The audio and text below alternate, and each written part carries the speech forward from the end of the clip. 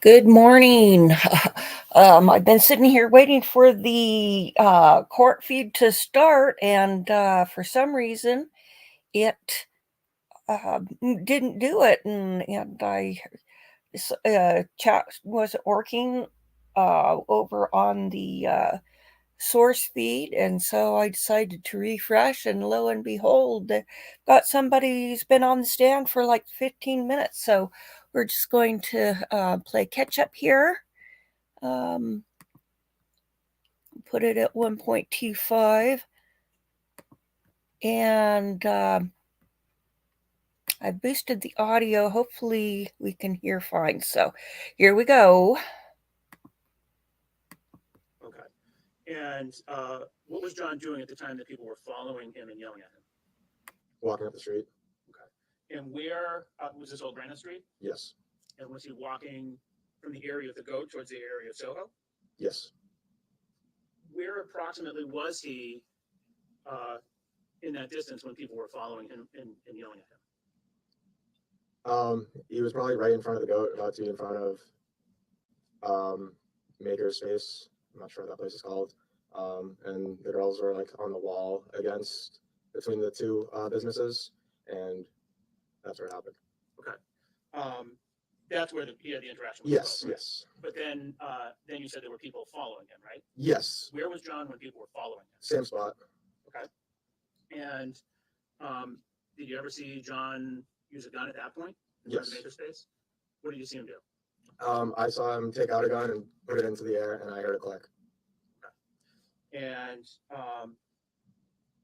did he say anything at that time?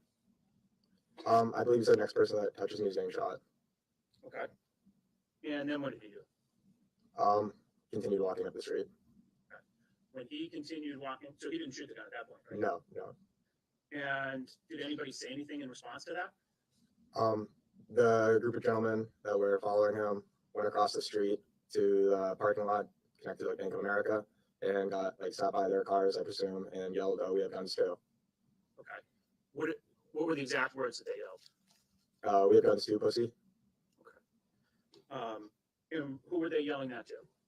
John. Okay. And they were standing in the parking lot of the Bank of America, more or less? Yes. Where was John when this was being said to him? Same spot between like the Go and Maker's space. Now, I'm going to show you a portion of what is State's Exhibit 65.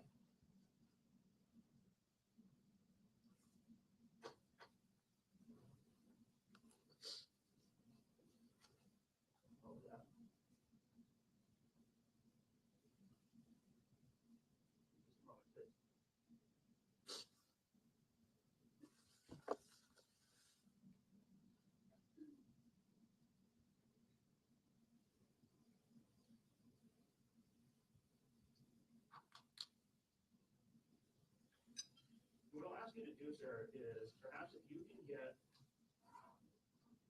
off the witness stand and I'm going to have you step over to that screen.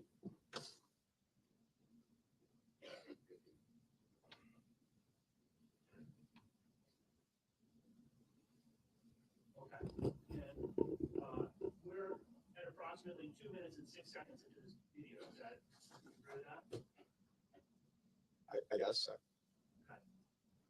And sir, you can see how there's a cam 3 and a cam 4, correct? Yes.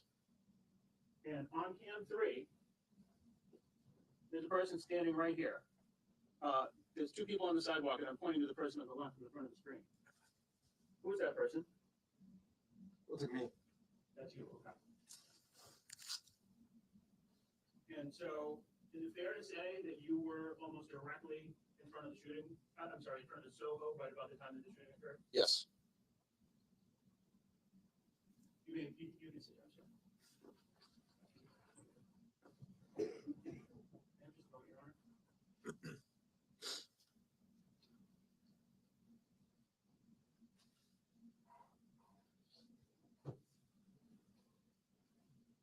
No further questions, Your Honor.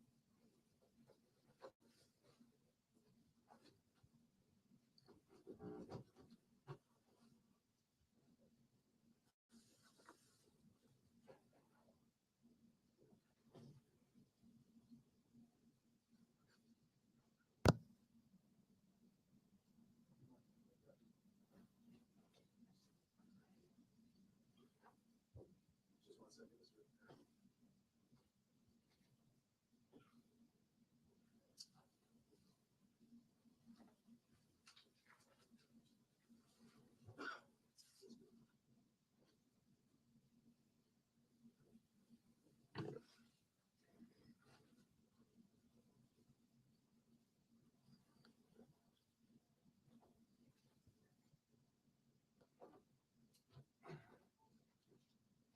morning, Mr. Enright. How you doing? I want to start off. So this happened about 10 months ago, Yes. and that night you spoke with a uniformed police officer, Yes. and that was right after this happened. Yes. An hour or so.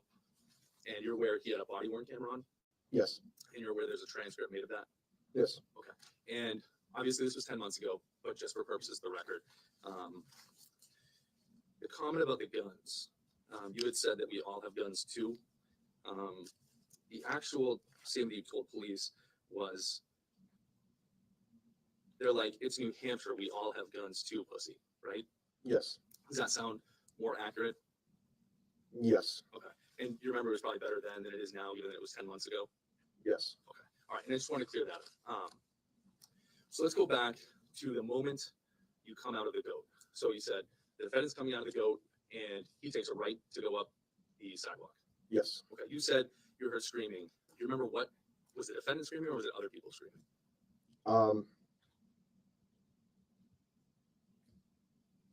I don't remember. Okay, that's okay. Did you hear somebody screaming, "Where you at, pussy bitch," as he walked out of the bar that night? Yes. Okay. Now he comes up, takes that right out of the goat, starts walking up Soho. You said between the goat and between Manchester Makerspace, we have two groups of people following him or interacting with him, correct? We have this group of girls and they were spitting at him. Yes. Okay. And you said one of them was actually taking a swing at him. Yes. Okay. This other group of gentlemen, you said there was four. Have you in the past said that there was about 6 to 7 people following him at that point? You recall that? Yes. Okay. So a large group either way. Yes. Right. There's a lot of stuff going on in this moment. Okay. So a large group of males are following the defendant right after he goes out of the goat, correct? And Yes. sorry. And I talk quick. If I don't give you time to answer, talk over me and I'll stop. My apologies. Okay. So we have this large group of males, 6 to 7 males following the defendant. And I didn't hear the exact word you used with defense, but fair to say that those 6 or 7 males were also taking swings at him? I don't believe so. Okay. Do you remember speaking with the prosecution team on November 14th? Yes. Okay. Do you remember saying that the group of 6 to 7 men following the defendant were spitting at him and throwing swings at him? Yes. I probably included the girls in that group. Okay. Because I assume they're all together. Okay, so that whole group. But so the men were swinging at him or weren't swinging at him? I don't recall. Okay.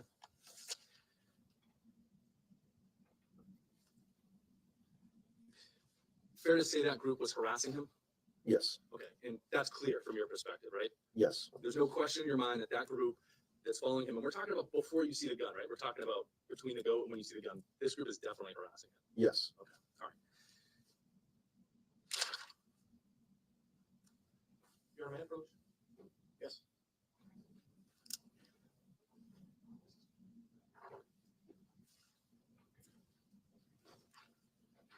I'm going to show you what's been entered. My identification is States Exhibit 73. Do you recognize this? Yes. Have you seen this before? Yes. Okay. Can you just describe for us, does this reasonably and accurately reflect the layout of the bars, the street, the parking lot, and those locations that night? Yes. Okay. Your Honor, at this time, the state would move to make this a full exhibit. Sure.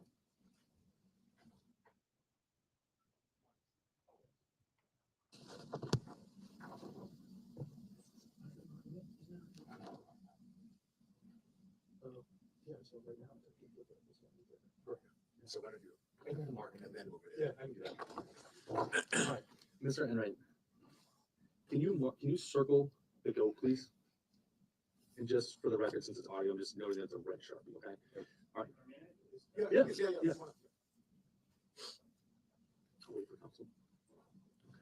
Now, you said defendant eventually pulls out a firearm. So I think where you're standing, you're blocking some of the jurors, so they can't see the witness. So. Do you mind if I walk around Yeah, no. that way? Yeah. Make a better door. All right, Mr. Enright, you said that you eventually see the defendant, John Delee, pull out a firearm. Yes. Correct. Then you said at that point, this group of 6 or 7 guys, they run straight across the street, correct? Yes. And they get to a car. I don't know if they went to a car, but they didn't get into a car. I wasn't paying attention to them. Okay, you had testified on the direct that they were over by a car. Yes, yes. Okay. Can you mark on that map what the area of that car was where they ran straight across? Okay. And so that's 6 or 7 guys that are by this red X. That's where they make.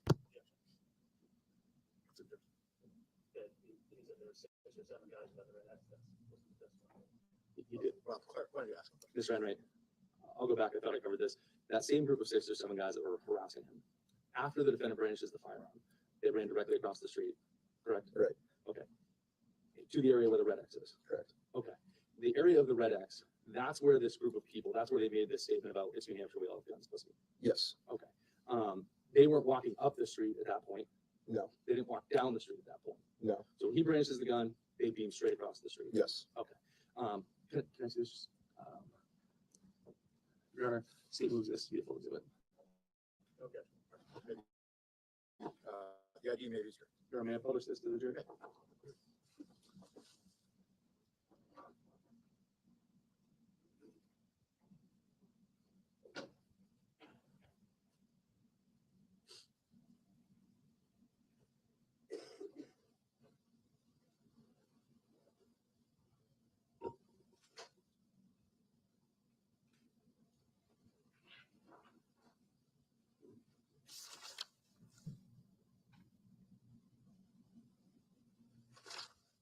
All right, let's move up to the Soho area. That was the video that we watched, the corner of that.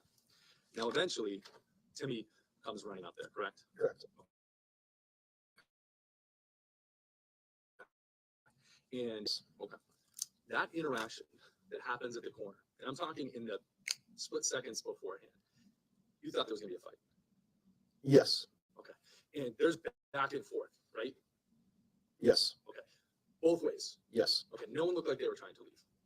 No. No one was screaming for help. No. No one was saying they were terrified. No. You didn't hear anyone threaten to kill anyone right then. I wasn't close enough to the conversation. Okay. The only time you heard somebody mention killing was when the defendant pulled out the gun the first time. Yes. Your Honor, I see there's nothing further.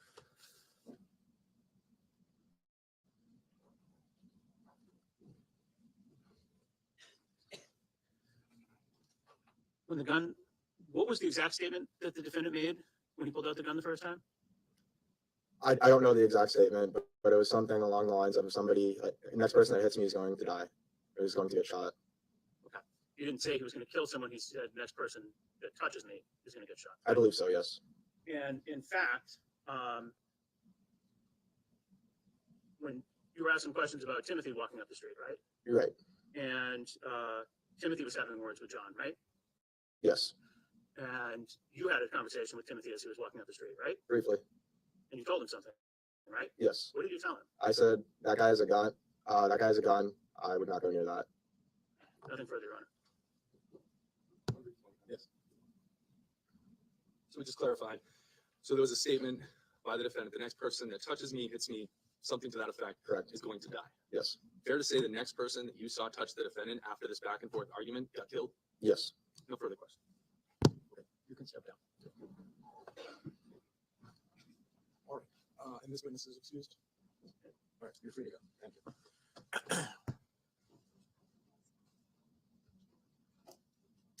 So, ready to call it next witness?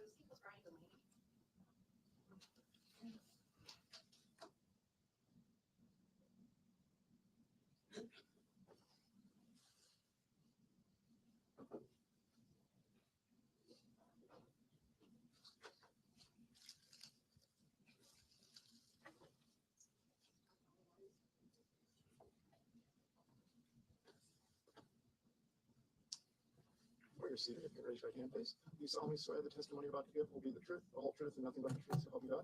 Yes, sir. Good morning. Good morning. There's water and there's cup up there if you Thank need you. it. Real quick. There's also a microphone in front of you, so just be careful. Gotcha.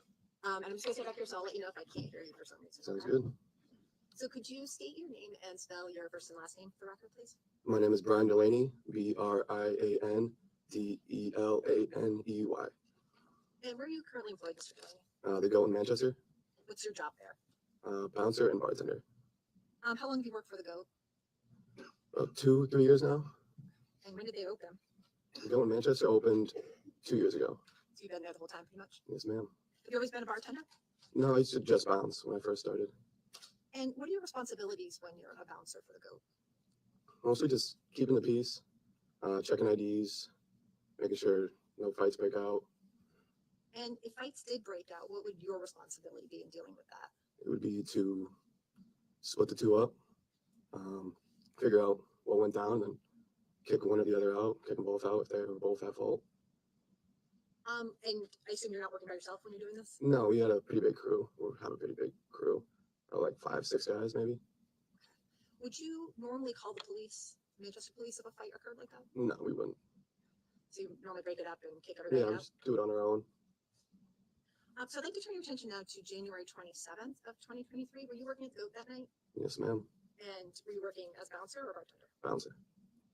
Do you remember when your shift started? Started around 7 o'clock, And what time would it have ended? probably around 1:32. And is that around last call, or when does the bar? Last call was at 12:45, and we cleared one out at 1:15. So this was a Friday night in January. How busy was the GOAT that night? So fairly busy. Not like the busiest night, but there were probably 200 to 300 people in there. And do you remember if you had a police detail there that night? We did Was that something that was there every night? every Friday, Saturday night. Yes. And what was your understanding of that person's responsibility? Well, we started having those after.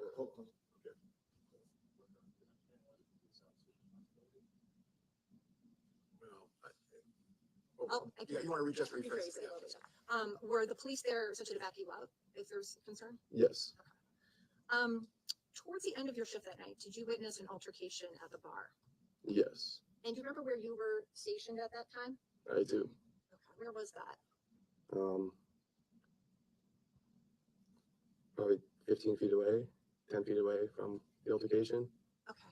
I'm going to show you what's been entered as State's Exhibit 33. Have you seen this diagram before? Yes. Okay. And is this an overview basically of the GOAT? Yeah. layout? It's like an aerial view. Can you show us, if you don't mind coming down to where the larger TV is, can you show us where you were on this layout? It was right here.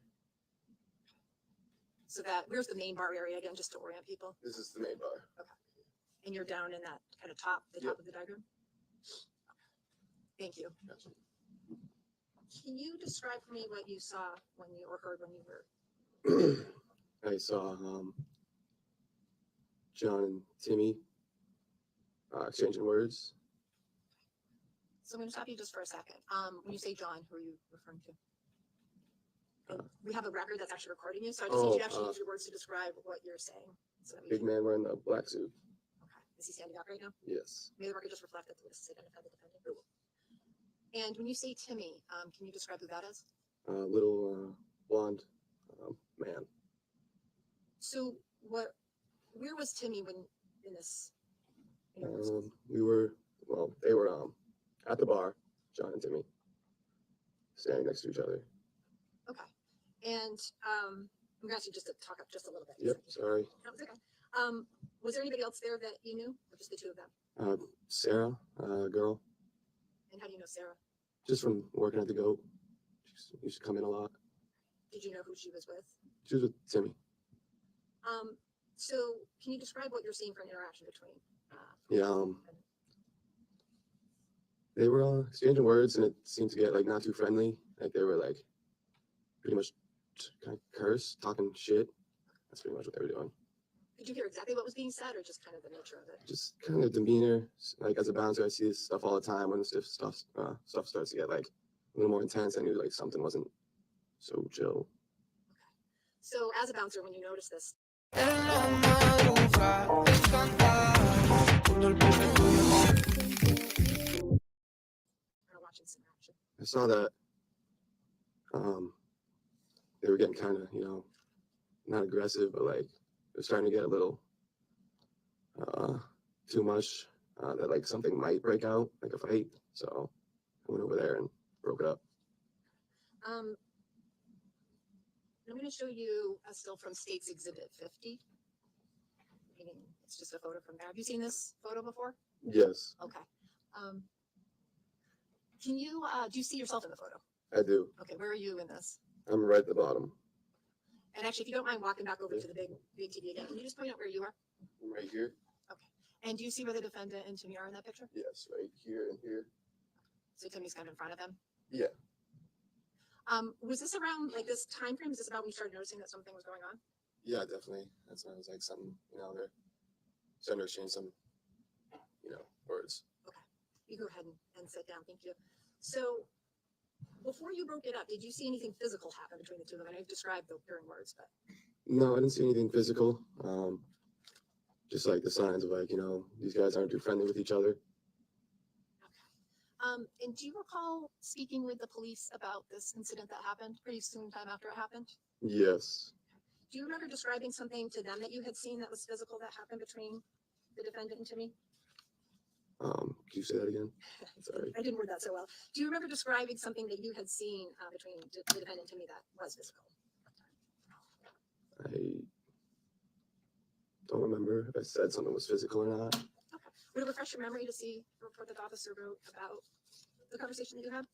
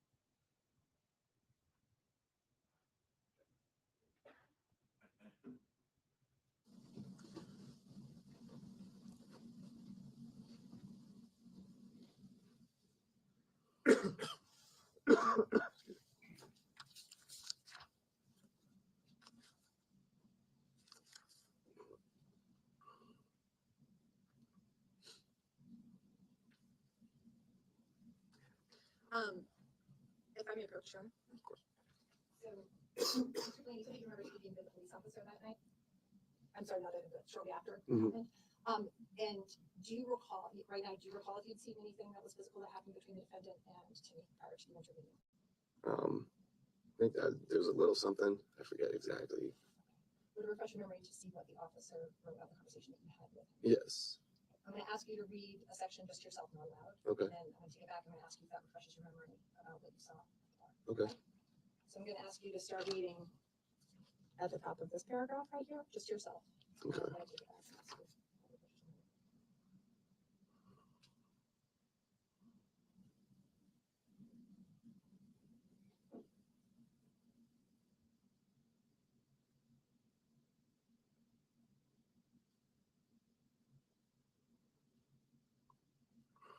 Yeah, that does refresh me. Does that refresh your memory? So can you tell me, what do you remember seeing between the defendant and Timmy before you intervened? They started to like get into it a little, and there's a little pushing and shoving going on, not much. And then that's when I went in and broke it up. And do you recall who was pushing who at that point? Or did you not see that clearly? John was pushing Timmy. So when you went in to break this up, what did you actually do? Was it physical or verbal? What do you? Not really too physical, just I was standing like 10 feet away, just went over there and like broke them both up, took them both off to the side and pretty much said, cut the shit. Like everyone's just trying to have fun. So did you actually have a conversation with the defendant at that point? Yes. Right. And what was that conversation? What did you say to him? It's along the lines of, how could you even be starting like anything with this kid? He's so small. I just didn't understand why there was tension between these two.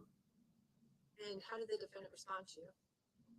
Said that Timmy like called him something. Do you remember what he said that Timmy called him? I think he's called him a bitch. How did you respond to that? I was kind of like chuckled, like I'm like, how can someone that small like offend you in any way, really? Like I just didn't understand why there was, so kind of like little dog barking at the big dog. I didn't understand why, this was going on. Why you would take any offense to that? What was the defendant's demeanor like when he was having this conversation with you? We were both kind of laughing. Nothing serious, really. Did he ever ask you for help anytime after this happened? No, Did he seem like he was scared of Timmy? no, Did he tell you he was scared of anybody else in the bar? no. What did the defendant do after this conversation that you had with him? Pretty sure we just parted ways when we went down to the dance floor, if I remember correctly. So at some point that night, did you again witness another altercation that was happening? Yes. And can you describe what you saw at that point? Someone jumped up and punched John in the face. And just to be clear, did you see the actual punch that started it, or what did you see from where you were? I kind of saw the aftermath of it. So once it happened, I guess turned around and saw that there was like a little fight going on. And how did you react when you saw that? Just like any normal fight, just split them both up, kicked them out. So were you one of the people that actually helped take them out of the bar? At the start, yes. Yeah. How many people were involved in from the go in bringing the defendant out of the bar? It's like 3 bouncers and the cop detail officer that was there. Once they were outside of the goat, what did you do? Once we got them out of the goats, go back to normal. Carry on with the night. At some point after that, did you wind up going outside of the goat? Yes. And why did that happen? What was going on? Me and one of the other bouncers heard there was some commotion going on up the street, so we ran from the goat up the street to see what was going on. And when you say up the street, which direction are you running in from the goat? Right up the street to the SNHU arena, up that road. What did you see as you left the bar and started going up Old Granite Street? Saw some commotion. Saw when I ran up there, saw Timmy was down. I thought he was just like knocked out or something. I saw John just pretty much just walking away in the other direction, and everyone else kind of like dispersing, running. So when you say Timmy was down, what did you actually see as you were walking up towards him? Well, I didn't hear anything. So when I first saw him, I just thought he maybe got like when I got punched. He was just knocked out. So I thought he was unconscious on the ground. Was there anyone with him at that time? I think Sarah was on top of him. This is the same Sarah that you said was with him in the bar? Mm-hmm. What was Sarah doing? She's trying to like give him like CPR / like revive him, which I was confused about. So I pulled her off, and that's when I knew he was shot. That was the first point that you realized that. Yeah. You said that you saw where the defendant was. Can you describe again what he was doing when you saw him at this point? It's pretty much just walking away, away from where Timmy was lying. Like just casually walking. And what direction was he walking in? He was walking kind of towards the alley behind Soho, that restaurant right there. Were you still there when the police arrived?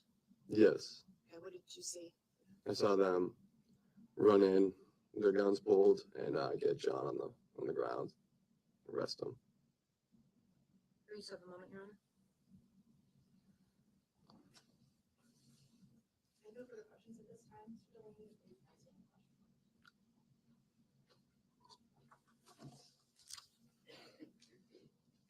Just a few questions, sir.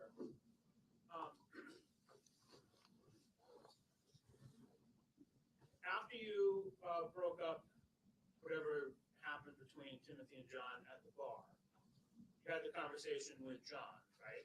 Yes. But you also had a conversation with Timothy, right? Yes.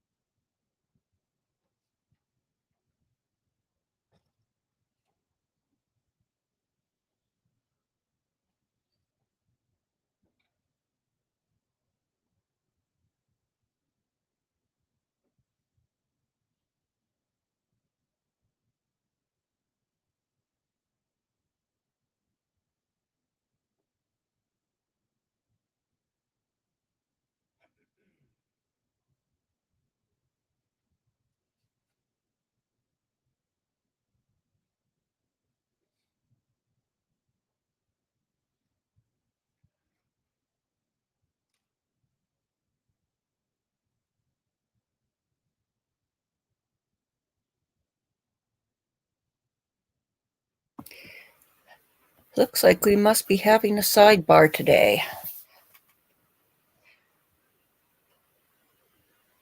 If I'm not mistaken, they've taken away this. Yesterday there was a large monitor which was facing the witness stand, which was kind of making it hard to see. Of course, I suppose the monitors might still be to the right of the that podium that we're seeing, but guess we'll see later. I hope it was moved because it was really hard to see the judge because he seemed to always be hidden behind the monitor.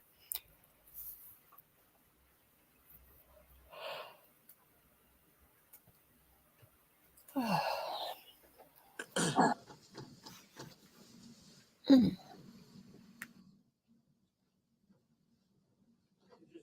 backing up so I make sure I'm asking the right question. Did you have a conversation with Timothy immediately immediately after you had the conversation with John.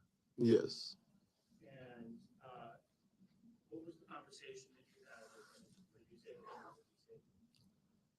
It was along the lines of like, what are you doing? Why are you like talking shit with this huge kid? Like, I was confused why he would be participating in like the shit talk. Did he give an explanation? I go, yeah, like, what are you doing? He goes, don't worry, like, I do MMA, You know what MMA is? mixed martial arts. So, ladies and gentlemen, I need to give you a limiting instruction. So, sometimes evidence is admissible for one purpose and not another purpose.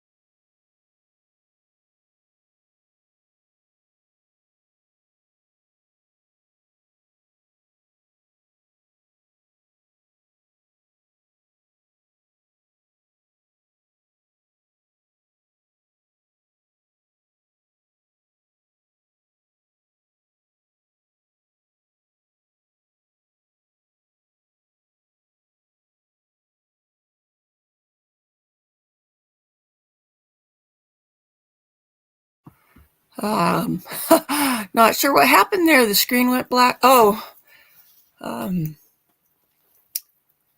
let's see. We've only been going for about an hour. I guess for some reason they went with black during this sidebar. Okay, let's take a look and see what's going on in the world. Here in Salt Lake, the International Olympic Committee named Salt Lake City as the top choice for the 2034 Olympics. Oh, sounds like we're going. Maybe. Thank you. Oh, he's dismissed. So they're pretty excited here about having the Olympics again.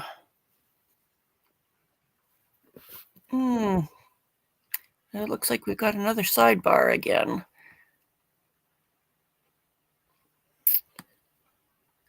Let's see. Okay, those scooters that the younger generation like to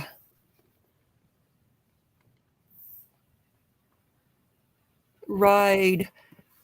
There's been a rash of theft of those by former employees of the company, and they've been reprogramming 60 of them, they say. Wow, that's... Wonder if they've been selling them off or something. They found a way to bypass the GPS. Says they reprogram the scooters and sell them for about $100 to $150 each. Interesting. At this point, and then we'll resume. We're going to break just for your sort of thinking purposes. We'll come back in about 5 to 7 minutes at the most, and then we'll break at noon. And then I have to take an extended lunch break because I have another hearing, or I have some other hearings that I have to deal with. So we're going to go take a break from 12:30 to 12 to 1:30, and then we'll resume the testimony. A 90-minute lunch. Maybe we'll do this in 2 sessions.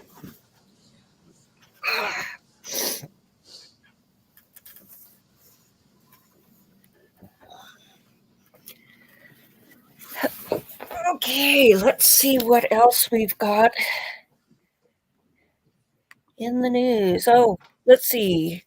News last night came down that Henry Kissinger. So principally Oh, for the media, but also for any of the other participants of the audience. The next witness is the medical examiner, and I anticipate there'll be a number of sensitive photographs, including autopsy photographs. So if you, wish to excuse yourself, certainly please do that, but you're welcome to stay. But I did enter a protective order with respect to the media not photographing, distributing, broadcasting photographs of the autopsy photos. So do not, they'll be displayed on the screen, but just don't record those. You could certainly record the testimony, but just not the actual photographs or any of those exhibits. Okay. All right, and we'll take a 5-minute recess. okay, I'm fine with not having the autopsy photos. I find it interesting to hear about the findings and see the diagrams, but it's too creepy. So they said about a 5-minute break. Let's see.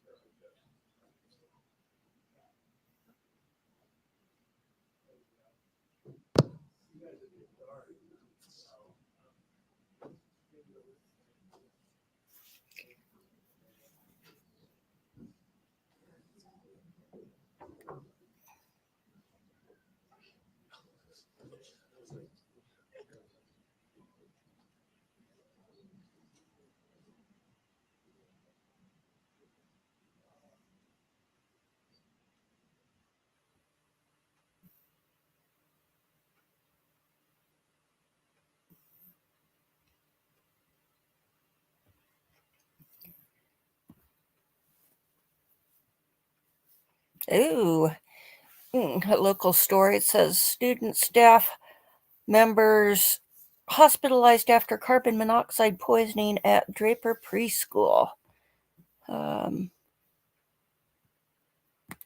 That always catches my interest because I was poisoned over a 9-month period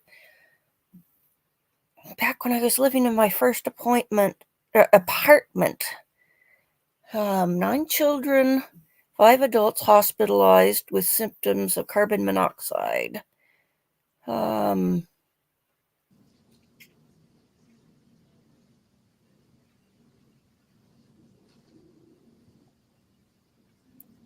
responders were called after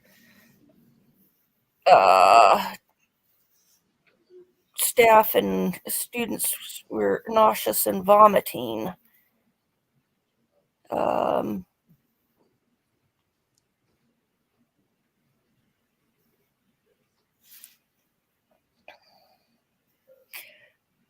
It says carbon monoxide potentially impacted 45 children and 10 adults.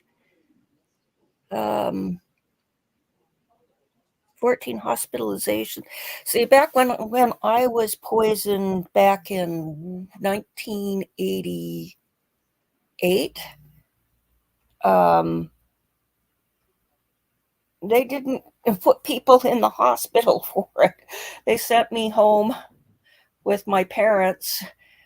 Told my parents, bring her back if she starts acting weird. And my dad, gotta love him, says, how would we know the difference? So I had 39% carbon monoxide in the blood. So let's take a look what else we've got.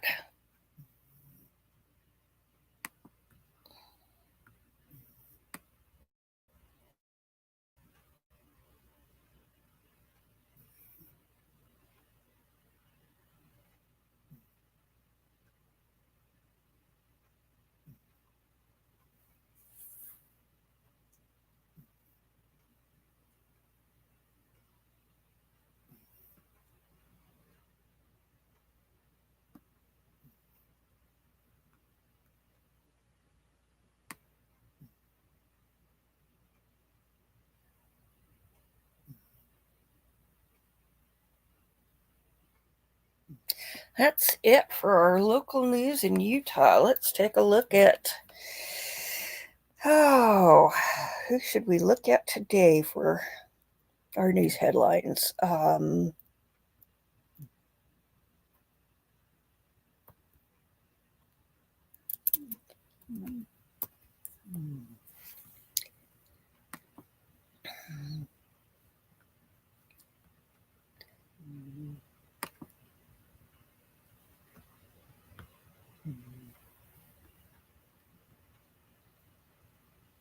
Look at the BBC.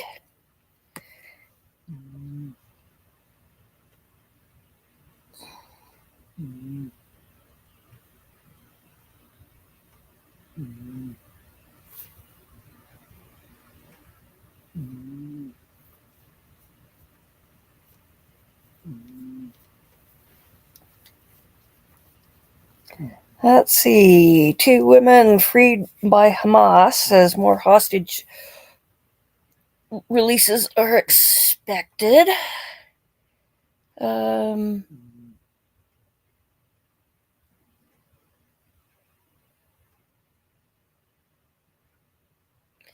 Says U.S. citizen among 16 Hamas hostages released.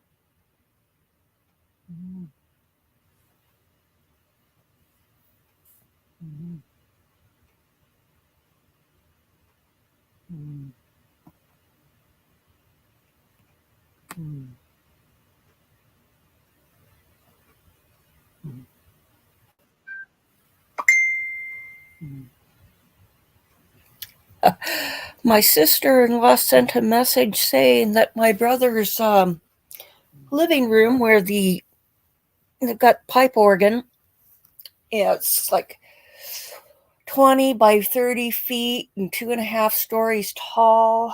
It says it was 46 this morning in the organ room, and that's where we have Christmas. So I think I'm gonna be sure to take a nice warm sweater for Christmas and my favorite throws.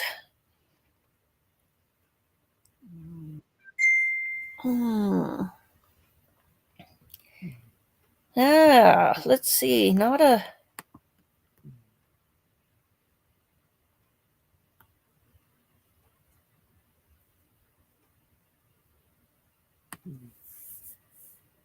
a lot of stuff so far on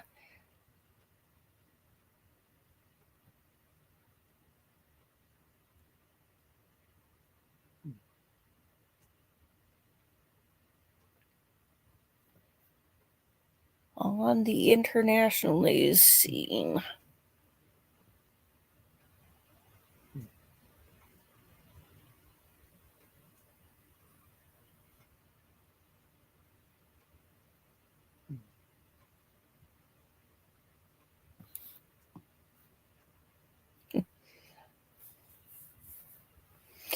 Says when sea levels rise, so does your rent. Residents of an area of high ground in Miami say developers are pricing them out of their homes. I don't think we've got that problem here in Salt Lake City.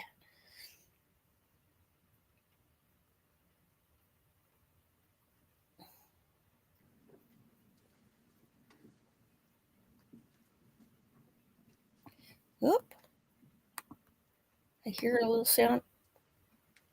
Are they bringing the jury back in now? Ready to call your next witness. Yay. Your Honor, the state calls Dr. Mitchell Weinberg. Okay, we're going to get into the heavy evidence, because this is going to be detailing the 8 wounds, 5 of which were in the back. Yes, sir. You solemnly swear the testimony you're about to give will be the truth, the whole truth, and nothing but the truth. So this ought to really be the the nail in the Good coffin morning, for Dr. the Martha. defendant. Good morning. There's water there for you if you Thank need you. it. Could you please state your name and spell your last name for the record? Yes, Mitchell Weinberg, Weinberg. And where are you currently employed, Doctor? I'm employed at the New Hampshire Office of the Chief Medical Examiner, which is in Concord. I'll give you a minute if you want to. Thank you.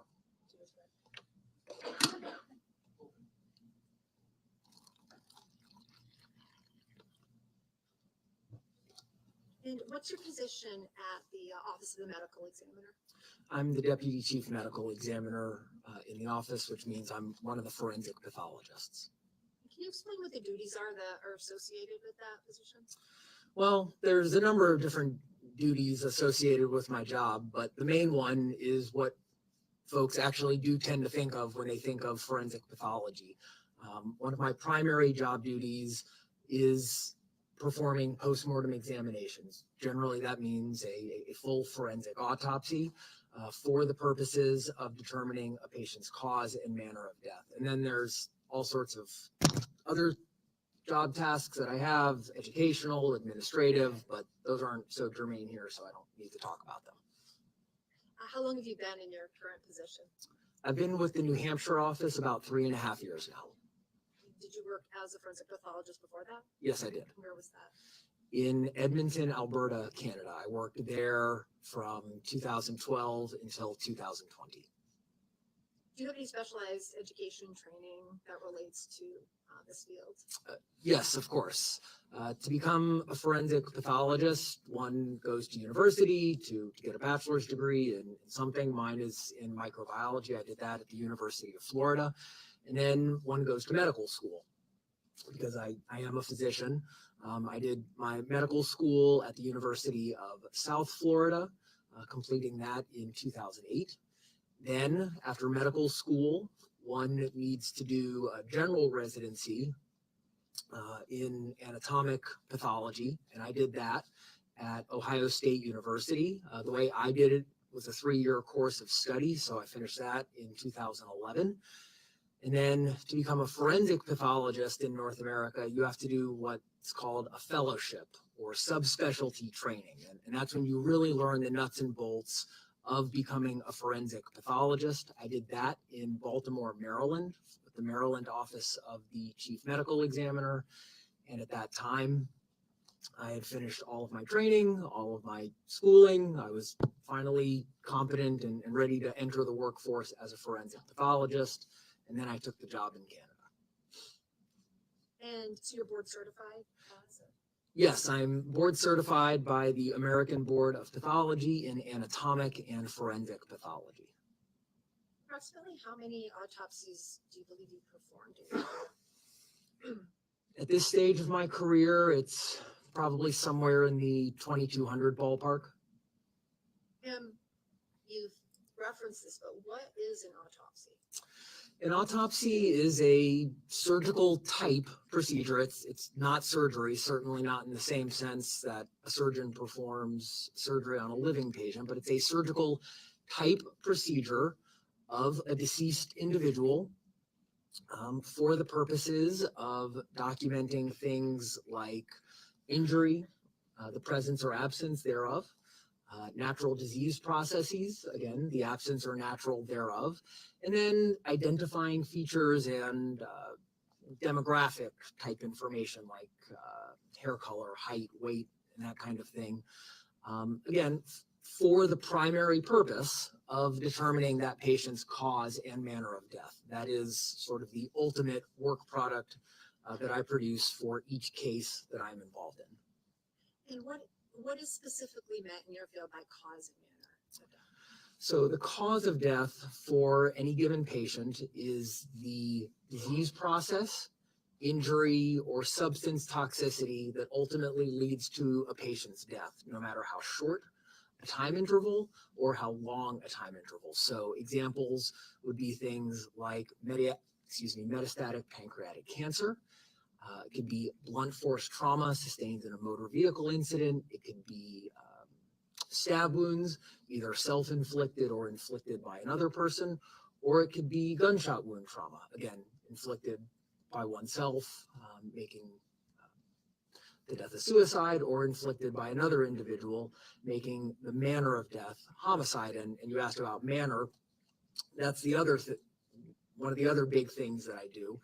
The manner of death is a classification that I assign as a medical examiner relating to the circumstances of a patient's death.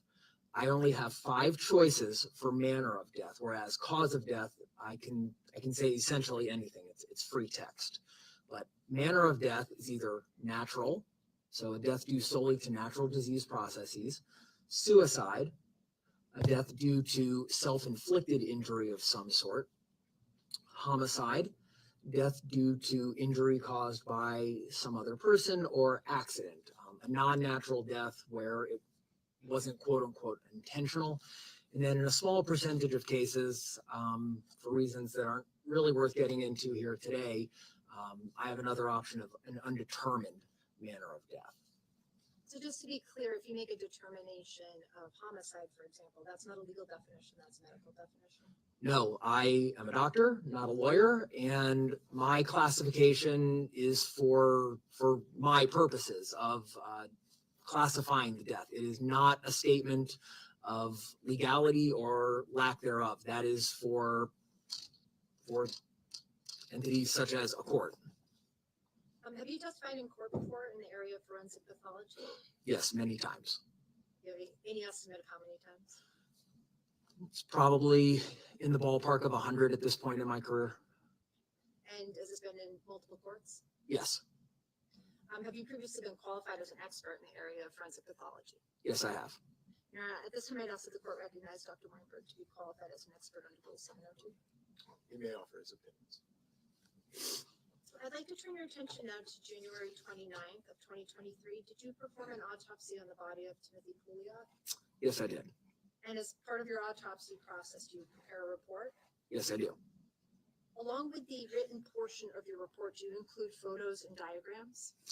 In some cases, yes. If I think it is necessary or illustrative, I will include a diagram as an attachment to the text of the autopsy report, and photographs are taken in virtually every case.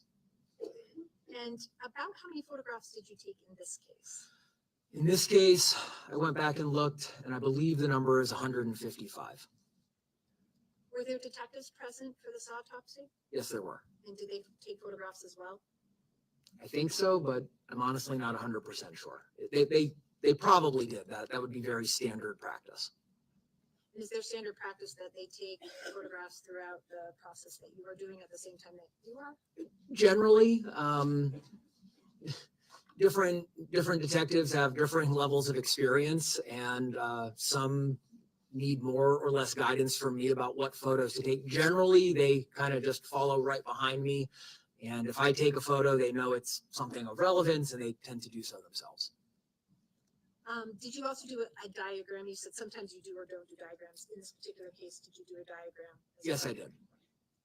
Well, I guess I want to be clear. So when I say a diagram here, I mean a formal diagram that is meant to be attached to the actual autopsy report. In every case, I have little diagrams that I'm taking my notes on for the purposes of creating my autopsy report, but in not every case do I create an actual diagram as part of the autopsy report. I tend to do it in cases involving what I call as a forensic pathologist penetrating trauma, things like gunshot wounds or stab wounds, just because they tend to be illustrative to the reader of where those injuries are on a body.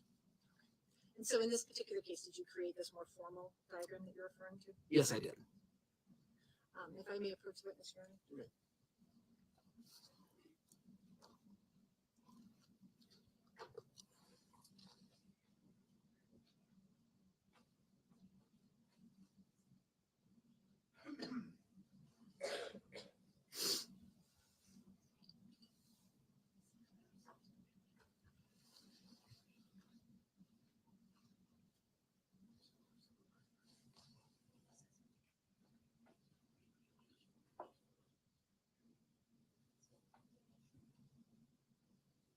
the state needs to strike the ID on these photographs, but I actually. What numbers? Yeah. So it states exhibit 36 through states exhibit 42. 36 through 42, the IDs may be stricken.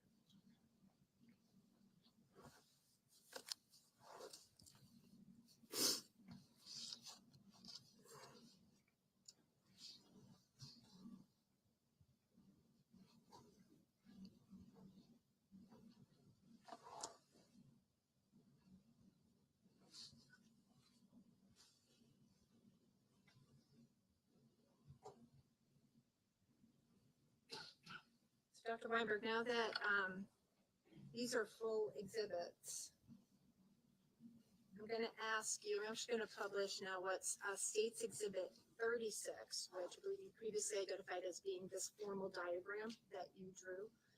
I'm sorry, created, I should say it's more. Sure. So, first of all, do you recognize this as being the diagram that you included with your report with regard to Mr. Pouliot's autopsy? Yes, that's correct. Could you describe for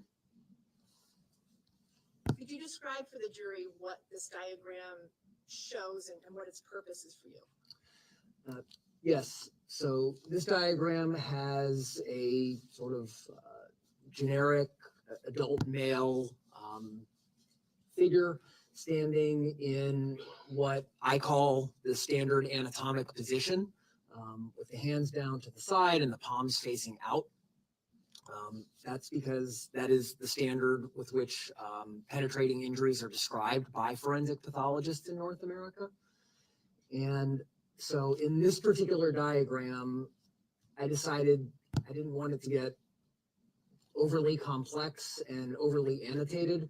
So I've just listed with numbers that correspond to numbers in the text of my autopsy report, locations of what I determined to be entry gunshot wounds, and actually, well, including one re-entry wound.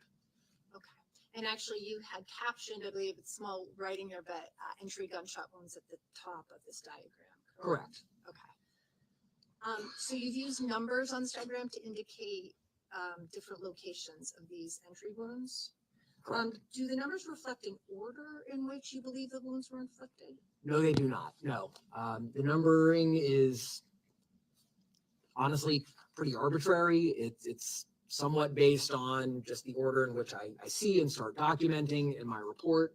The numbering is a method for me to organize things, and I want to be very clear, it does not reflect anything about the severity of a particular injury, nor of the order in which the gunshot wounds were sustained. It's for organizational purposes.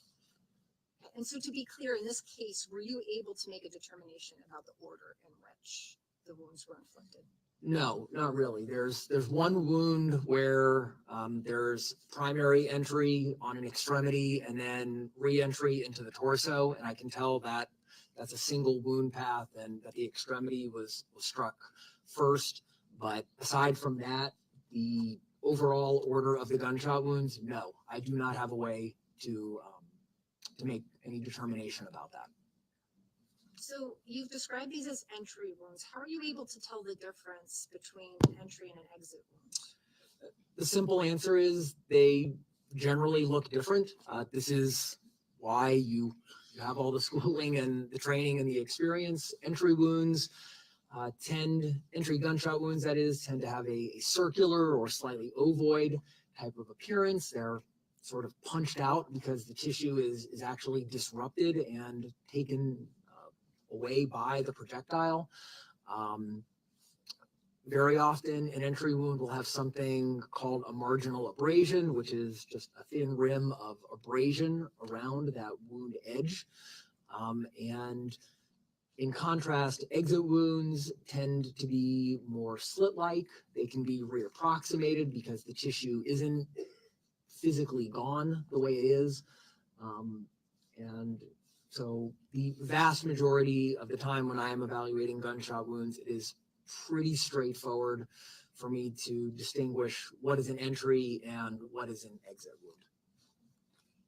I'm gonna ask if you could come down and approach the diagram that's there, and can you just walk us through, again, since we're dealing with a black and white diagram, so what this diagram is showing in terms of where the actual entry wounds are that you observed?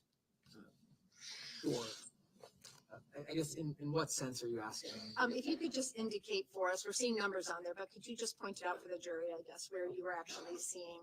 And there's actually one on there marked re-entry wound, so if you could just explain the difference for us. Okay, so most of these numbers are simply the numbers that correspond to the text of my report of where the entry wound for a particular gunshot wound is located. So with any gunshot wound, there is, by definition, going to be an entry somewhere on the body, and then either the bullet exits, and there's a corresponding exit wound, which I did not put on this diagram to not overly complicate it, or there's a retained projectile.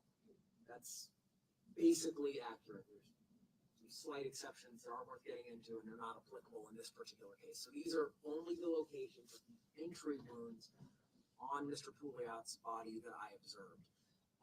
So this is the right arm. There's a wound here. Front of the left shoulder. There's one.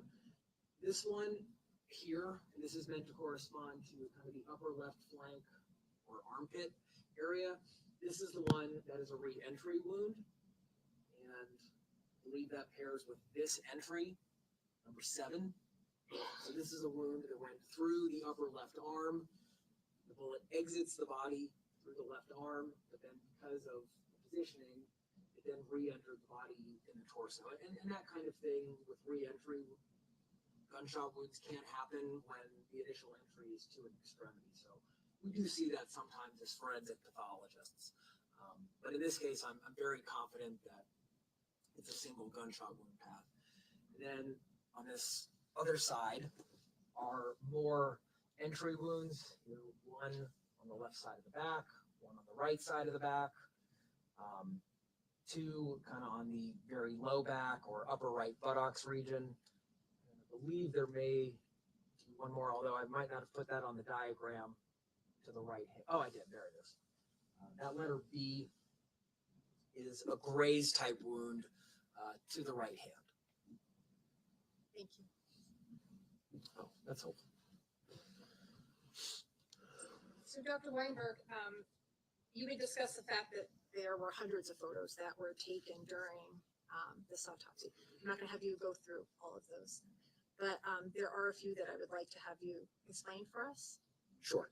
So I am going to show State's Exhibit 37, which is going to show us one of these, and this is referring to wound number 9, or on the diagram, I believe you also have it as C in your report.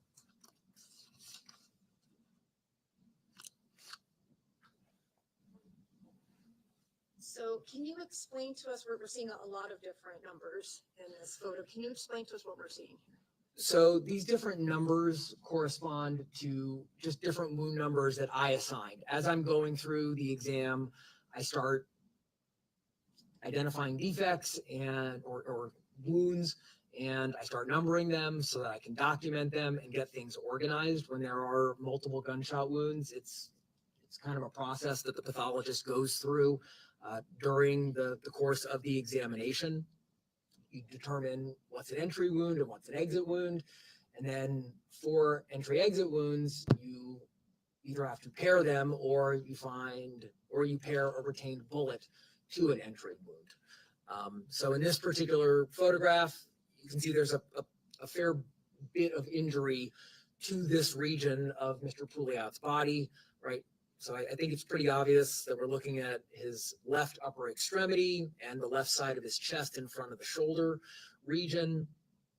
And there are multiple wounds that are visible here. Some are entry, some are exit. Yes, that's what we're seeing here. And I think it shows, although not as well as I would have hoped. So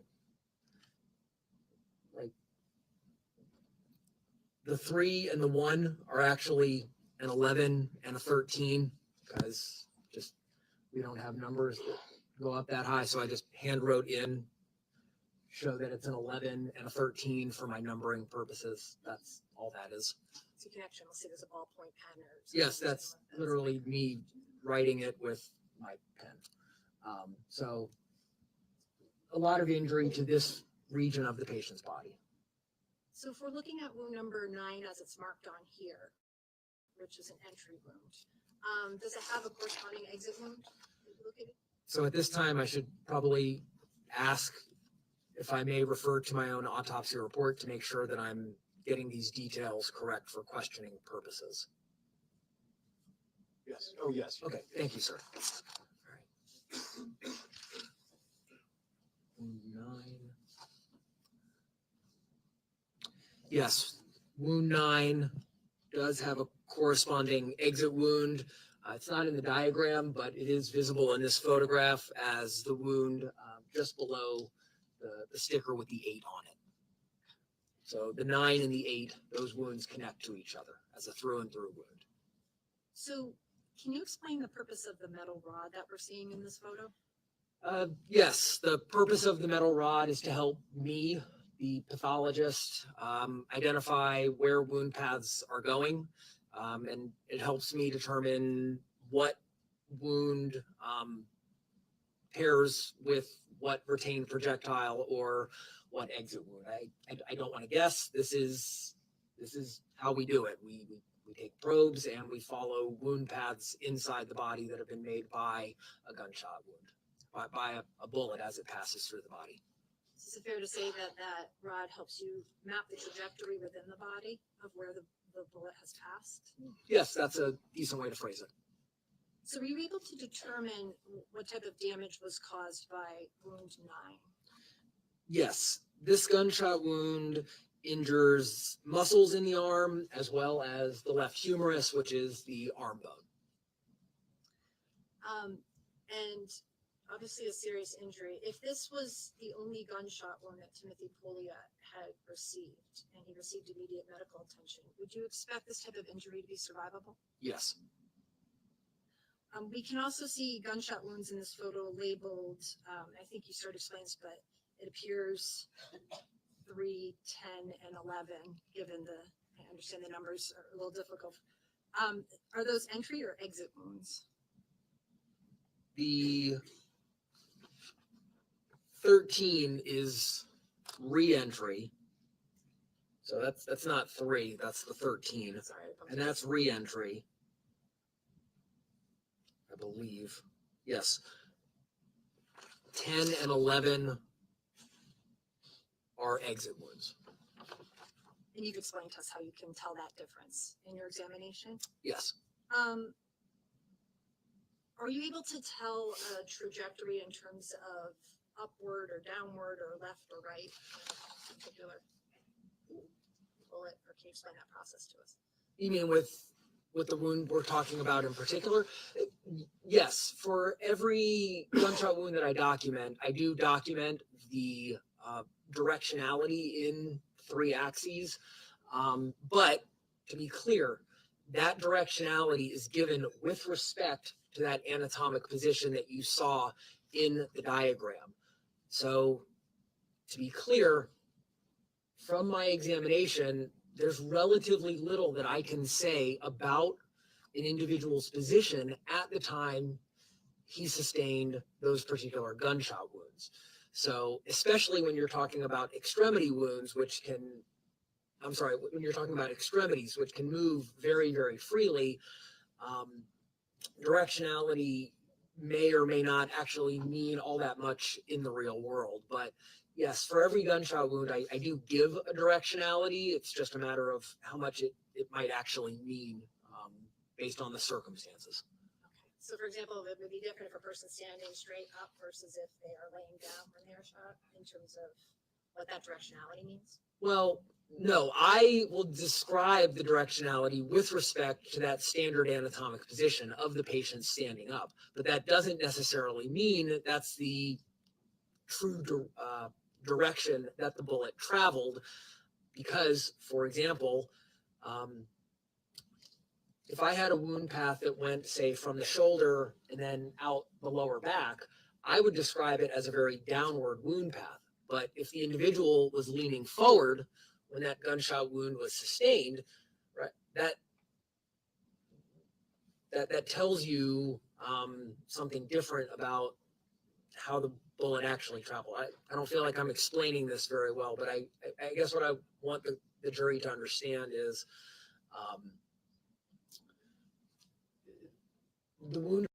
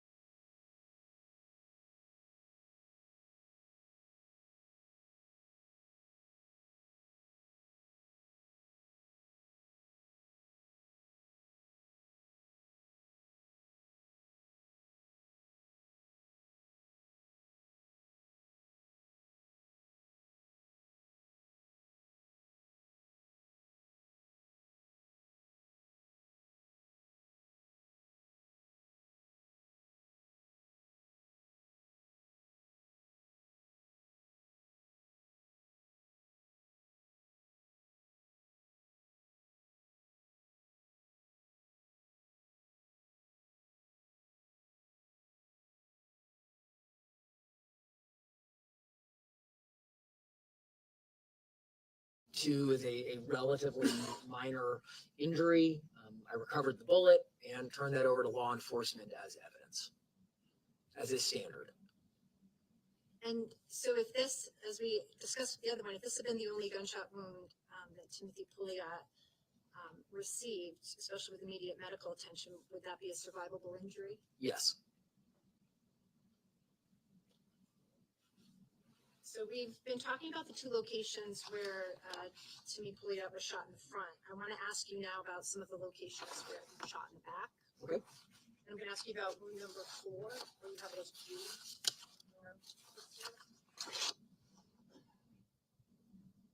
Okay.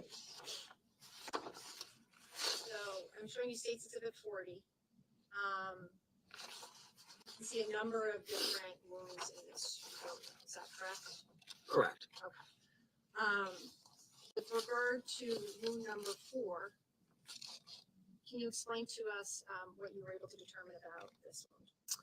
Yes. Wound 4 is the entry site is the very low right side of the back or upper buttocks region, kind of the border between those two body regions.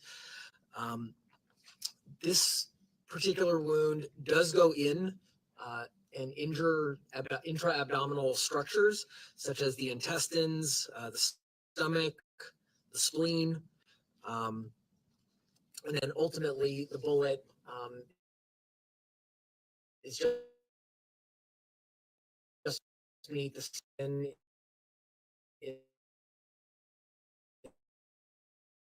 Mr. Pouliot's left flank. So this is a little bit more serious injury than the two we've talked. If somebody sustained this injury, what would you expect for a prognosis by itself with current medical treatment? With current medical treatment, so there was nothing with this injury that would be immediately life-threatening. So if the patient were able to get to a hospital pretty quickly, the patient would be assessed by emergency doctors and surgeons.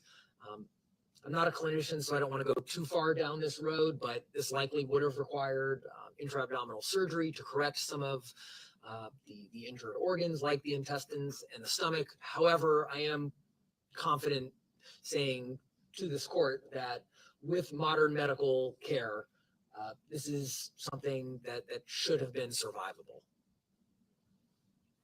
So I'm going to ask you next about wound number 5. We're going to be looking at the same photo again. This is State's Exhibit 40. Is it documented in here, or I'm sorry, flagged in here as well? In this photograph? Yes. So entry wound 5 is just slightly below entry or wound 4, also on the upper right buttocks region. And can you tell us what the damage was that you observed that was caused by that bullet? Yes, this gunshot wound is fairly similar to the one we just talked about in that it also enters the abdominal cavity. It injures the intestines a couple of times, just because of the way the bowel loops. That's pretty common. And this one also is associated with a retained bullet, which I recovered and turned over to law enforcement as evidence. Similar to what I said with the last wound, nothing immediately life-threatening, no large blood vessels that were injured, and with modern medical and surgical care, I would expect this to be a survivable injury. So I'm going to ask you next about wound B. You had indicated for us on the diagram that related to Timothy Pouliot's hand. I'm going to show you State's Exhibit 42. Okay. Can you explain what we're looking at in this photograph? This is injury to Mr. Pouliot's right hand, specifically the 4th and 5th fingers from a grazed gunshot wound. So this is where the bullet just barely makes contact with the body. It doesn't truly enter or exit, it just grazes it. And this, of course, is not a life-threatening injury. So I want to ask you now about wound number 7, or D, that you have in your report. Okay. And I'm going to be showing you 2 photographs together and ask you, you had talked about this idea of showing an entry wound, then an exit wound, a re-entry, and a re-exit. I believe this was the bullet that had that trajectory. Correct. So could you, I'm going to show you State's Exhibit 37 and 39 together. Can you explain to us what we're seeing here in terms of the trajectory that this bullet took? Yes. Is this? No, it's not a pointer. Okay. No, I'm sorry. I don't think we It's okay. don't mind coming down. It's easier, yeah. Okay. I just want to make sure the jury understands on this one. So with this particular gunshot wound, the initial contact with Mr. Pouliot's body is here. So kind of back of the left shoulder, general region. It passes through the upper left arm,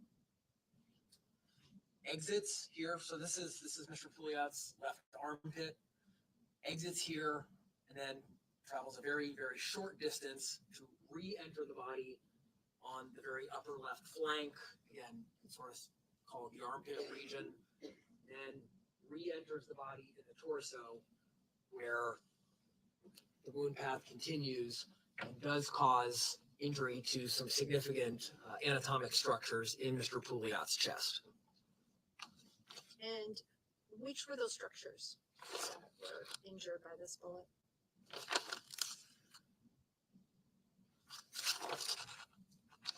So there was injury to some of the ribs in the left upper flank, but more significantly, the left lung was injured by this gunshot wound. And that resulted in bleeding into the left chest cavity, something that's medically called hemothorax, but that is an abnormal or pathologic accumulation of blood in the chest cavity. In part because of this gunshot wound. There were multiple gunshot wounds that ultimately contributed to the blood in the left side of the chest. This is one of them. This is one of them, correct. I'm going to show you now State's Exhibit 40. Does this show you where that bullet exited after? Yes. Where did that bullet exit? The Mr. Pouliot? wound with the number 3 by it is the exit wound for the wound that we've been talking about for the last couple of minutes. So you've talked about how serious the nature of that particular bullet was where it passed through the body. Is that a life-threatening injury? Yes. What you observed in the body? I want to ask you now about wound number 2 or E.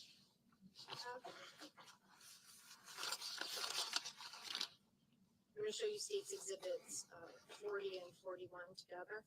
Okay. Can you see the entrance and the exit of this wound that you were able to identify? Yes, the entry is on the left side of the upper back, kind of below the shoulder blade. I'm sorry to keep making you walk up, but do you mind just walking over and just showing us? The wound with the number 2 by it. That's the entry that we're talking about now. And were you able to identify where it exited the body? Yes. This bullet traveled through the chest and ultimately figured out that it connects with this wound here. That, again, excuse my very bad artistic skills, but that's supposed to be an 11. Wound 11. That's the exit wound that corresponds with this entry wound. And so it should be, I think, pretty clear that that bullet would have passed through the chest and, again, caused injury to important anatomic structures in the chest, specifically, again, the left lung. So this wound also contributes to that left-sided hemothorax, or blood accumulation in the left side of the chest cavity. So, again, another serious injury that you're describing. Is the injury caused by this bullet life-threatening? Yes. And then I'm going to show you, we're going to talk about one last injury, one last wound, number 1 or F, that also entered in the back. And I'm going to show you states exhibits 40 and 41. See if you can show us where the entrance and the exit of this wound are.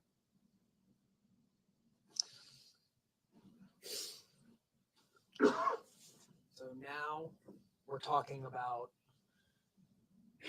this entry wound on the right side of the back with the number 1 by it. And this, I determined, ultimately corresponded with exit wound number 10. Also to the front of the left shoulder, left upper chest region. And so with this wound path, you can see that it crosses from the right side of the chest to the left side of the chest.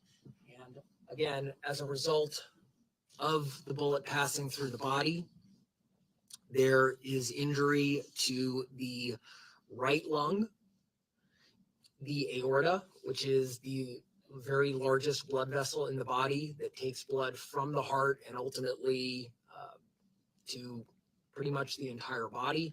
So injury to the aorta is very, very serious. And also strikes the left lung as well prior to exiting. So this wound is associated with over 1 liter of blood in the right side of the chest, and it also contributes to the bleeding into the left side of the chest. So I think you've characterized it, but this is clearly a life-threatening wound as well. Yes, this is a wound that I would expect to be very quickly life-threatening. And so in terms of that time frame, is this a wound that even if somebody is receiving immediate medical attention, you would expect could be life-threatening by itself? Yes, I would agree with that statement. So I'm going to show you your diagram again, and on this, I've circled these 3 gunshot wounds that you've described. So number 1, number 2, and number 7 that are all in the back. What was the overall impact of these 3 gunshot wounds that involved the back of the upper torso?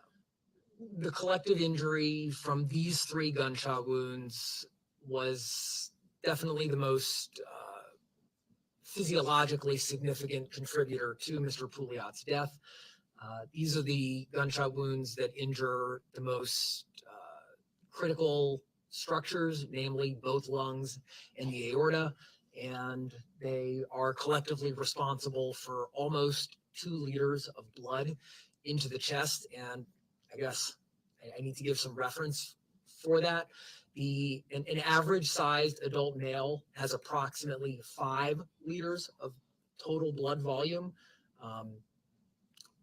And so to have approximately 40% or maybe a little bit less due to Mr. Pouliot's size of the blood volume lost rapidly due to injury into the chest cavities is a very quickly life-threatening type of situation.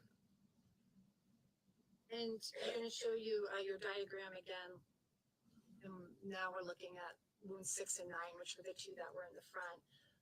If Mr. Pouliot had only sustained those 2 front injuries, would you have expected that to be fatal? No.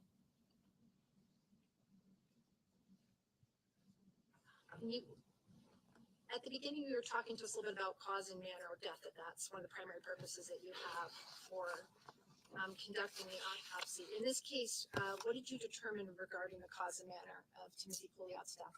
I determined his cause of death was multiple gunshot wounds and the manner of death as homicide. I just have another question for you. Were you, as part of your documentation of Mr. Pouliot, did you determine his height and weight? Yes, that's a standard part of every postmortem exam that I perform. And what were those? So Mr. Pouliot was 67 inches in height, so 5'7" or 170 centimeters, with a weight of 121 pounds or 55 kilograms. Any other moment?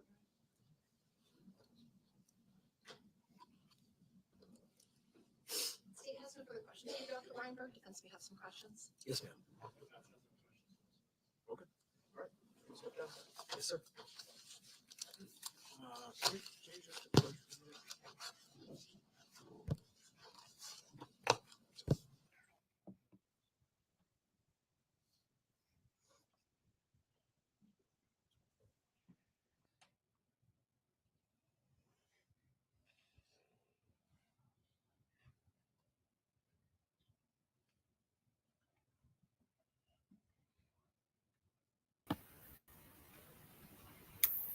I was just on another tab.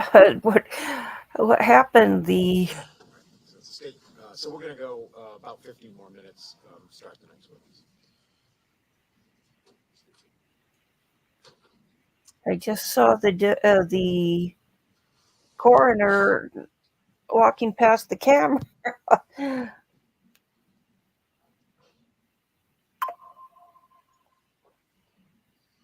Hmm.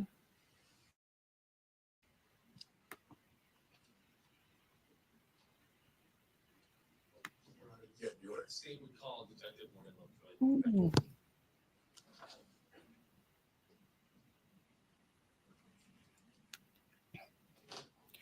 I was just looking at a news story to read on break, maybe, or actually, I've got a video I think that will stream. I'm not up on the. Oh, yeah, he's finally learned how to pan. solemnly swear the testimony you're about to give will be the truth, the whole truth, and nothing but the truth. So help you God. Yes, sir. That's really odd that they went. I mean, I don't think they Lovejoy, were you done can with the just coroner. spell your last name for the record. Morgan Lovejoy, Lovejoy. And where do you work, Detective Lovejoy? Manchester Police Department in the city of Manchester. And how long have you worked there? Almost 15 and a half years. And what did you do before that? I was an elementary school teacher here in Manchester. A little bit of different work. Yes, sir. Specific to Manchester PD, what's your assignment with Manchester? I'm a detective sergeant in the investigations division. And were you a detective sergeant in investigative division back in January of 2023? Yes, I was. And what type of cases fall within your supervisory capacity? Anything from thefts and burglaries all the way up to robberies, stabbing, shootings, homicides. And as a detective sergeant, what's your role? I typically help oversee those cases. I'm not a lead investigator. I'm not physically on the ground collecting video or doing crime scenes or interviews, but I'm kind of behind the scenes, just helping run the investigation from inside the PD. Answering questions if they come up, Yes. providing, make sure they have resources, Yes. things like that. Yep. Okay. I want to take you back to Saturday, January 28th, 2023, where you assigned as a detective sergeant on the investigation into the shooting of Timothy Pouliot. Yes, I was. And as part of your role, have you reviewed some of that surveillance footage that was collected by investigating officers? Yes, I have. What video recordings and surveillance footage were you able to review? Quite a few from out there. There was inside the goat. There was cell phone video taken by a bystander from inside the goat. Cell phone video from outside on Old Granite Street. 20 Old Granite Street, 36 Old Granite Street, 54 Old Granite Street, 64 Old Granite Street, and across the street at the Southern New Hampshire parking garage, and then the Canoco gas station at 570 Elm Street. That was lesser quality. And then we also tried to collect video from the Bank of America at 620 Elm Street, and then SNHU Arena across the street, but those last two did not capture anything relevant to this investigation. Okay, the Southern New Hampshire footage in the Bank of America. Yes. You said 20 Old Granite Street. Is that the Soho Bistro? Yes, it is. And just so we're aware, about how many different clips of different angles and with all these different cameras that were out there, about how many clips of video was there? There was hundreds. We had around 400 from the goat inside alone. Okay, and then more from all the other establishments outside. Yes. And are we talking minutes, hours of recordings? There was hours of video. And were you and investigators able to narrow down which clips actually captured what happened before, during, and after the shooting? Yes, we were. And I'm not going to obviously take you through every single clip, but I want to talk about some of the ones you said that were more relevant to this case. So before we get going, do you recognize the people in these photographs? Yes, I do. And can you just state their identifications and what they're wearing? Yes, the top of the screen is John Delee, wearing a very distinct black and white North Face sweatshirt with a winter cap on. Bottom left is Gage Chandler, wearing a 3/4 zip tan or brown sweater. The bottom right is Matthew Saldano. He's wearing a blue sweater with a winter cap. Thank you. And how about this slide? Top of the screen will be Timothy Pouliot. He's wearing a black long sleeve shirt. The gold chain has very distinct yellow hair. Bottom left will be Trenton Nash. He's wearing a black jacket with a Bass Pro baseball cap on. And Michael Mendoza is the bottom right, wearing a very distinct black and white robe type sweater garment. So, sorry, for the record, did you have IDs? Yes, you're.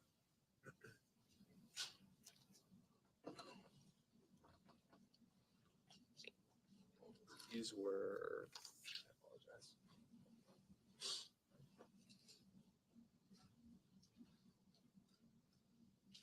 These are stills from State's Exhibit 43A, B, C, D, and F.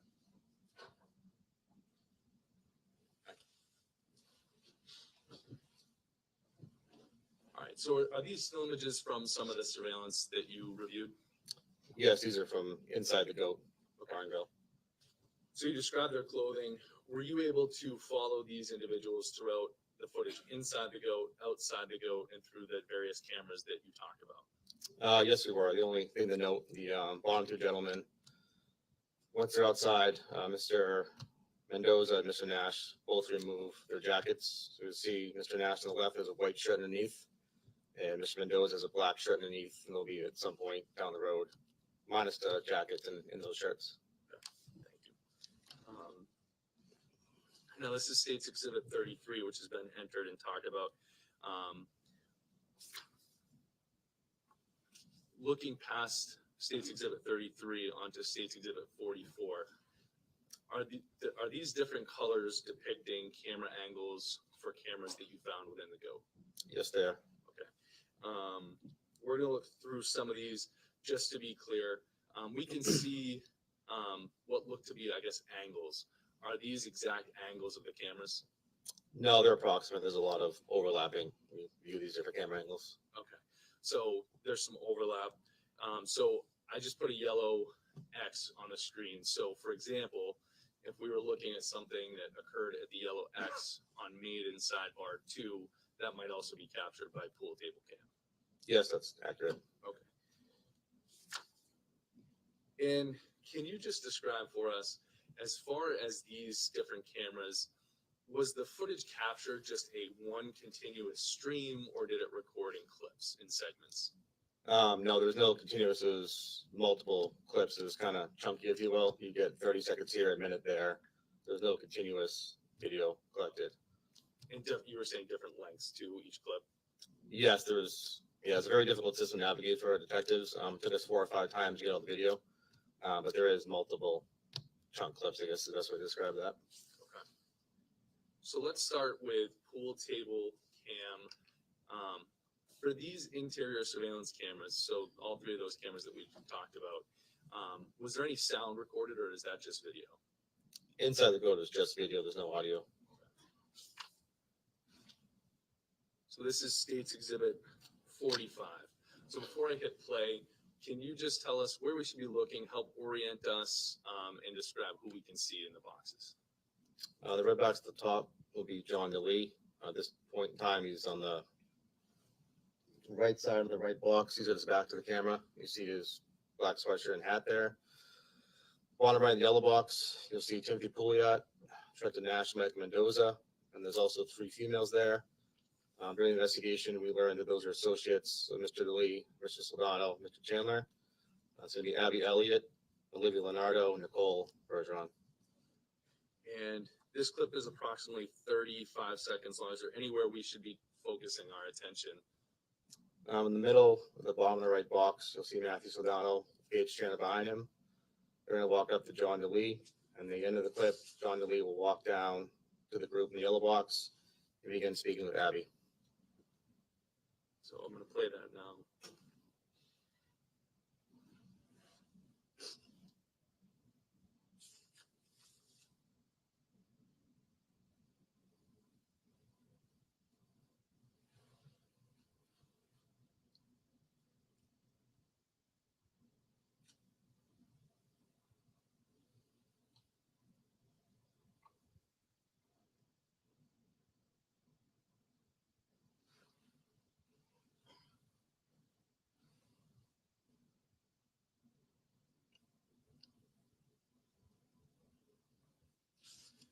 So going on to State's Exhibit 46.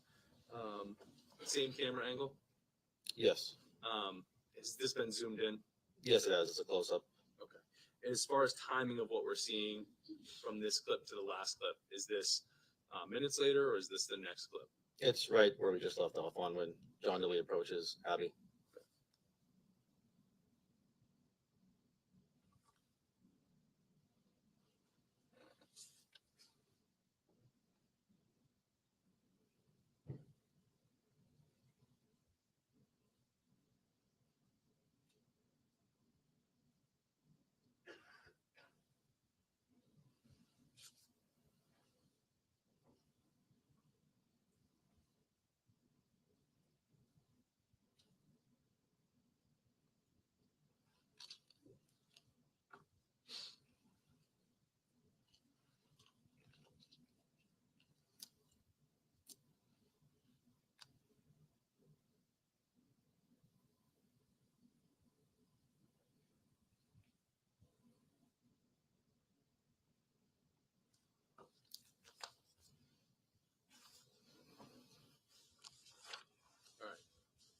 So going back to our diagram here and moving back over to the maiden sidebar 2, I'm going to show you State's Exhibit 47.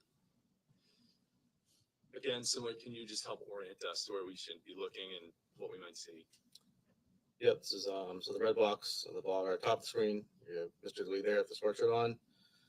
In the middle of the screen, hard to see right now, but you can see Mr. Mendoza's distinct black and white sweater robe. Detective, not to interrupt you, I apologize. If you want to step down while you're pointing, Yeah, it might be easier. John Delee is right here.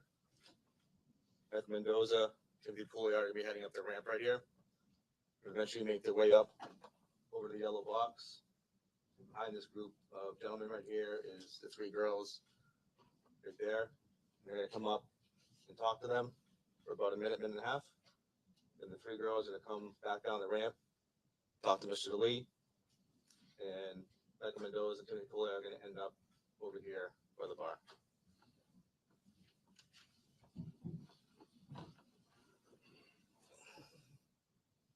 And similarly, about how long after the last clip was this?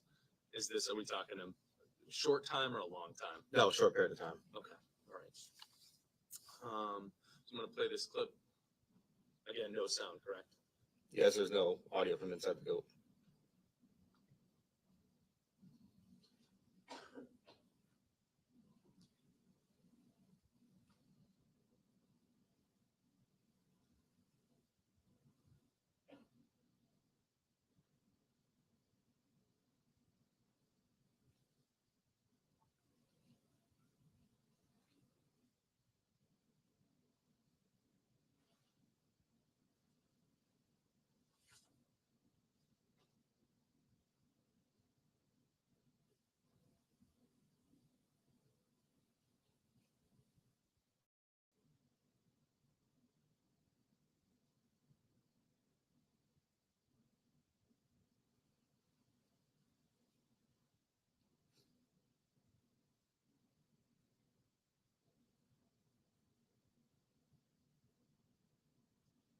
If you could, detective, when you see Abby start walking away, if you could just point that out for us.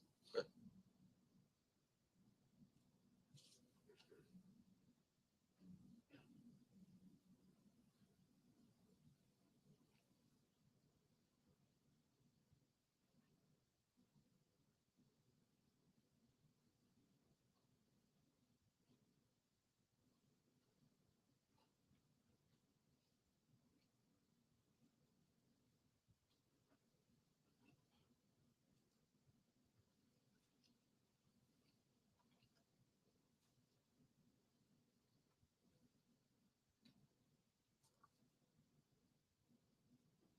She's gonna be walking down the ramp right now with two friends close behind.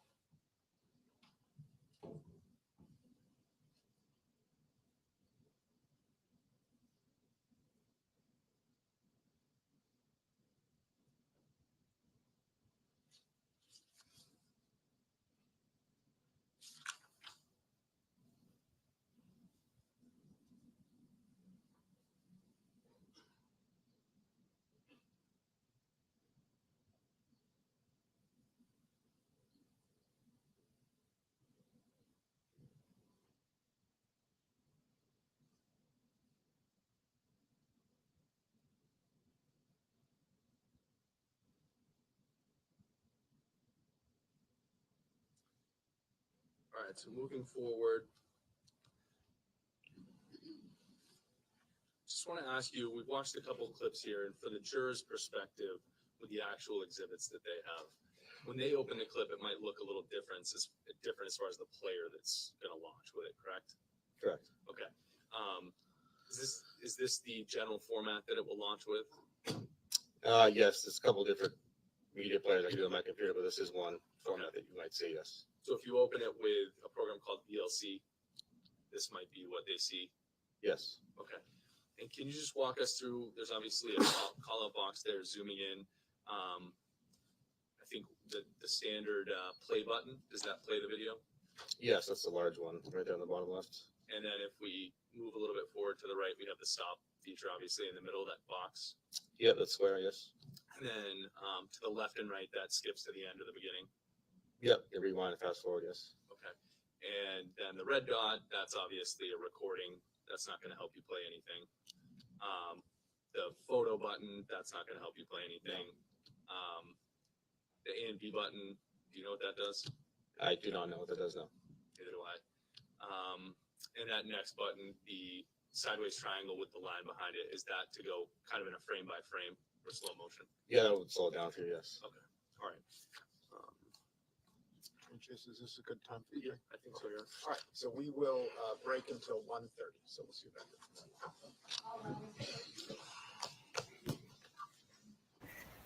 They've described it as a bar, but I guess maybe it varies from region to region.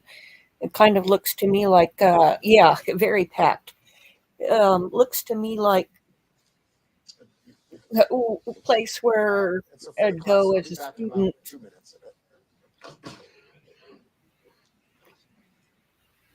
Okay, so they said break until 1:30.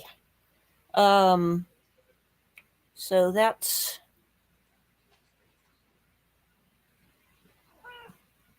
did he say 1:30? Let's replay that.